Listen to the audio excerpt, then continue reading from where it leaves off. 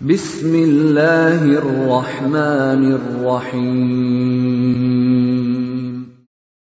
Waltakum minkum ummatun yad'una ilal khairi wa ya'muruna bil ma'ruf wa yanhauna 'anil munkar.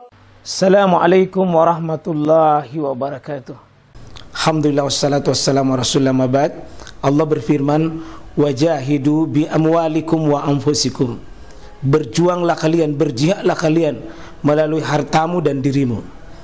Hampir semua ayat-ayat berjuangan dan pengorbanan itu dimulai dengan bi amwalikum, harta kalian, harta kalian. Saya mengajak secara praktis dan kami sudah buktikan. Rp1.000 itu bisa luar biasa, dahsyat. Bisa beli mobil, bisa buat kuburan, ya, bisa membangun masjid. Uang 1.000.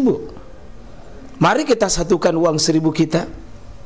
Nanti kami jemput di rekening ini, insya Allah bisa kita buat. Di rekening ini, insya Allah kita buat sebuah kekuatan umat dengan Rp1.000. Rp1.000 dahsyat. Allahumma rzuqna min ikhlasinnya. Allahumma a'inna ala zikrika wa syukrika wa husni ibadatik. Allahumma bifadlihi wa rahmatihi. Alhamdulillah, alhamdulillah, jemaah sekalian dirahmati, dimuliakan oleh Allah Subhanahu wa taala. Kita saling mengingatkan bahwa setiap hujan begini, jemaah sekalian, mari kita ingat pesannya Nabi SAW.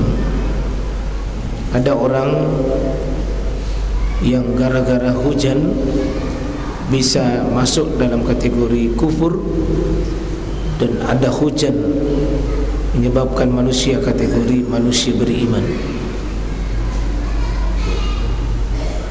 Nabi SAW mengatakan, fa amma man kal mutirna bifadlihi wa rahmatihi wa huwa mu'min billah waqfur bil kawakib. Siapa yang berkeyakinan bahawa hujan itu adalah bifadlihi, karena keutamaan dari sisi Allah, wa rahmati, karena rahmatnya, fahuwa mu'min billah, itulah orang beriman kepada Allah Subhanahu wa taala, karena dia sandarkan nikmat itu kepada Allah Subhanahu wa taala. Tapi wa amma man qal mutirna binau kaza wa kaza, siapa melihat hujan itu dengan mengatakan bintang ini sudah muncul, musim ini sudah muncul, maka dia adalah namanya nu'min bil kawakib, yakfur billahi subhanahu wa ta'ala. Dia beriman kepada bintang dan dia kufur kepada Allah Subhanahu wa taala. Kufur yang dimaksud di sini karena dia mendapatkan nikmat, lalu nikmat itu tidak disandarkan kepada Allah Subhanahu wa taala. Itu yang disebutkan di surah Ar-Rahman, fa bi ayyi ala'i rabbikuma tukadziban. Maka nikmat Tuhanmu yang mana yang engkau ingin lagi dustakan? Dustakan nikmat itu salah satunya, Pak, tidak menyandarkan nikmat itu kepada Allah Subhanahu wa taala. Maka dia bukan kufur bil aqidah, ya, kufur bil i'tikad, tapi kufur dalam sisi penyandaran nikmat itu. Nah, dilarang kita kalau mendapatkan nikmat lalu melupakan sumbernya. Mari kita tidak menjadi kufur nikmat. Hujan ini tidak dilihat sebagai bifadlihi wa rahmatihi. Ya, mudah-mudahan kita semua jangan suka mengeluh karena hujan, nikmati saja itu hujan. Ya, kalau basah ya salah atas sendiri, kenapa tidak bawa jas hujan? Kenapa tidak bawa payung? Hujan tidak pernah mau berbuat jahat sama kita, maka jangan dia dituduh.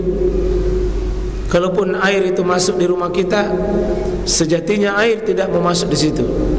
Cuma air itu Allah katakan, ya, wa anzala minas sama'i ma'an Allah menurunkan air, namanya air hujan. Selalu mencari tempat yang rendah, karena mencari tempat rendah ya, selama tempat terendah pasti air ke situ, Pak. Air itu membaca situasi saja. Begitu rendah namasuki. Ya. Begitu sebenarnya sifatnya air. Jadi kita tidak boleh ada ruang menyalahkan itu air. Dia nikmat Allah Subhanahu wa taala.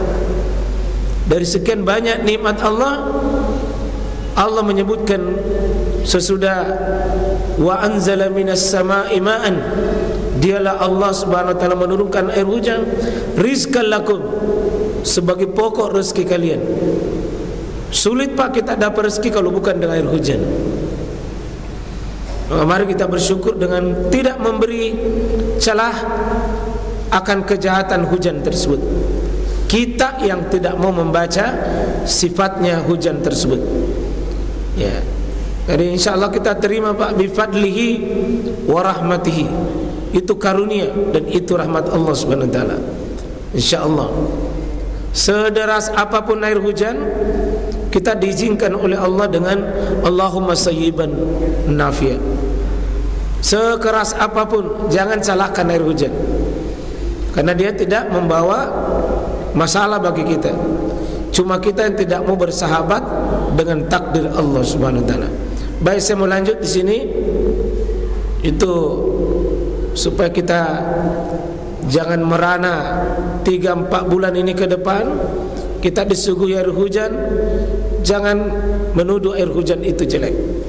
Kita butuh bersahabat saja, bersahabat dengan takdir itu.